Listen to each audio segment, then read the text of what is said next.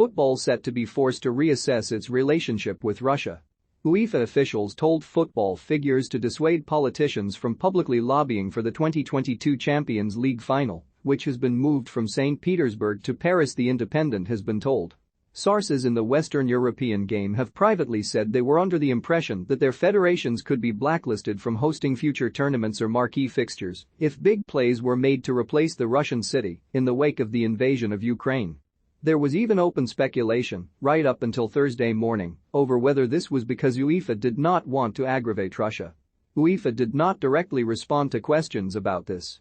The very fact there were such suspicions shows how football has become so intertwined with business interests from Russia, right up to one of the Champions League's main sponsors being Gazprom, the Russian majority state-owned energy corporation. Much of this has been discussed at an extraordinary meeting of UEFA's executive committee on Friday morning, sparked by and under the euphemistic language of the evolution of the situation between Russia and Ukraine. Illustrating the point, one member of that executive committee could not be there. That was Alexander Dyakov, who is considered one of Russia's most talented corporate executives and likely the next chief executive of Gazprom, who was instead in Moscow to meet with Vladimir Putin. UEFA's own deal with Gazprom was not mentioned in their statement about the meeting. The game as a whole still has much to consider. All of this naturally pales next to the real-world consequences of the crisis, but, just as it can't be underestimated, the world is changing in front of us, to quote one senior Westminster source, so will football change. The moving of the Champions League final almost serves as a symbol for how the landscape of the game will transform, right up to who competes and the influences on top clubs. It's a huge issue for UEFA and, to an extent, FIFA. Dr. Rob Wilson, football academic at Sheffield Hallam University. The Russian state is heavily involved in sponsorship and commercial elements. Whether the governing bodies are prepared for this is a huge question. Government sources describe international football officials as the most cack-handed diplomats. They're totally unprepared and think they can write it out, but now their hand is going to be forced. They will first of all have to make necessary decisions on forthcoming fixtures. UEFA confirmed Russian and Ukrainian national and club teams will have to play at neutral venues until further notice. That currently only affects Spartak Moscow in the Europa League, but will have to also be taken by FIFA for the World Cup playoffs.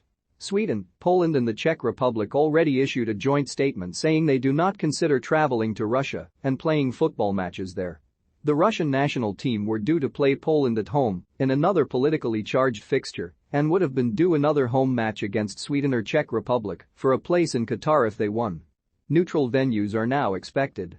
The World Cup took place in Russia in 2018. Football has already inevitably been suspended for 30 days in Ukraine amid the announcement of martial law. The Brazilian players at Shakhtar Donetsk and Dynamo Kyiv have already asked their government for evacuation from the country. This points to how long it is since European football has had to deal with a crisis like this, on a scale like this. The last time a World Cup featured two countries at war was 1982, with England and Argentina. It raises greater moral questions for the governing bodies, too. Given that Russia is in the process of being made a pariah state, should FIFA and UEFA treat Vladimir Putin's regime like apartheid South Africa? Many experts on the area, as well as a few sources, doubt this. FIFA have so far only said they are monitoring the situation. Other sources insist there needs to be room for escalation. UEFA will only take real sanctions if the international community does. Kevin Bassier, founder of football club Geopolitics. For UEFA, football is not politics. As soon as the situation becomes tense between two countries, like with the Ukraine jersey at Euro 2022 or the Munich stadium in LGBT colors, UEFA plays the apolitical card.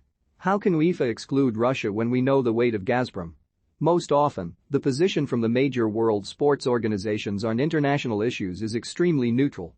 Yugoslavia was excluded by UEFA from Euro 92 as a result of a resolution voted at the United Nations to exclude teams representing the country from sports competitions following the bombardment of Sarajevo by the Milosevic government.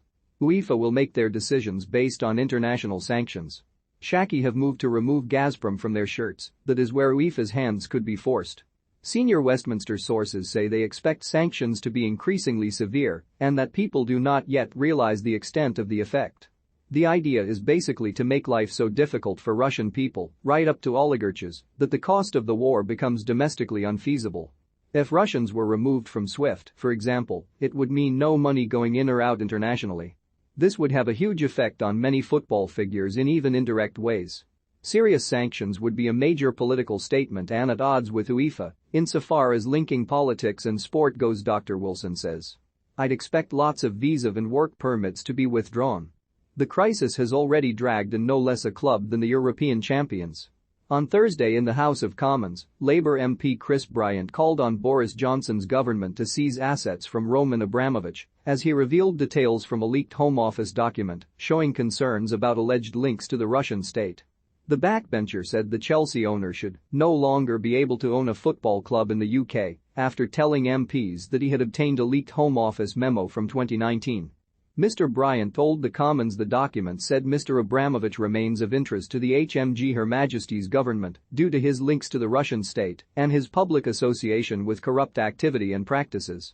Chelsea did not respond to request for comment. Abramovich has secured a series of legal apologies from media over claims of links to Putin, including recently from HarperCollins, for publishing claims he bought the London club on the Russian president's orders. Abramovich's name was earlier mentioned in Parliament by Labour MP Margaret Hodge, along with Alisher Usmanov, the influential investor in Everton. Usmanov has a £30 million first refusal agreement in place for the naming rights of the Merseyside club's new stadium and sponsors their training facility. Investments into teams is the next big issue as we start chasing down funds, Dr. Wilson says. And don't forget the sponsorships that operate. Manchester United on Friday afternoon confirmed they would be withdrawing sponsorship rights from Aeroflot. Shaki announced that they would be removing the logo of main sponsor Gazprom from their shirts to be replaced by their own name, but UEFA haven't been so quick to publicly address their own sponsorship. Mere hours before invasion, Atletico Madrid's Metropolitano Stadium was filled with the sound of Piotr Ilyich Tchaikovsky's Piano Concerto 1, the music used in the Gazprom advertisement UEFA broadcast at fixtures for their partnership. These are all the official arrangements in the game.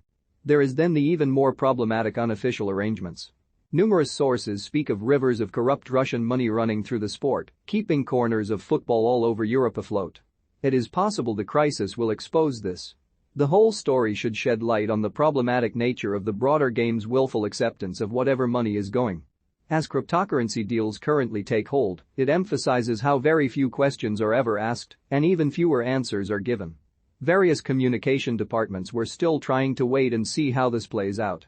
There's no strong line because there is an eternal and increasingly unsustainable dance between football and politics. The last few days have shown they are inseparable. They now pose more searching questions than football has seen for a long time.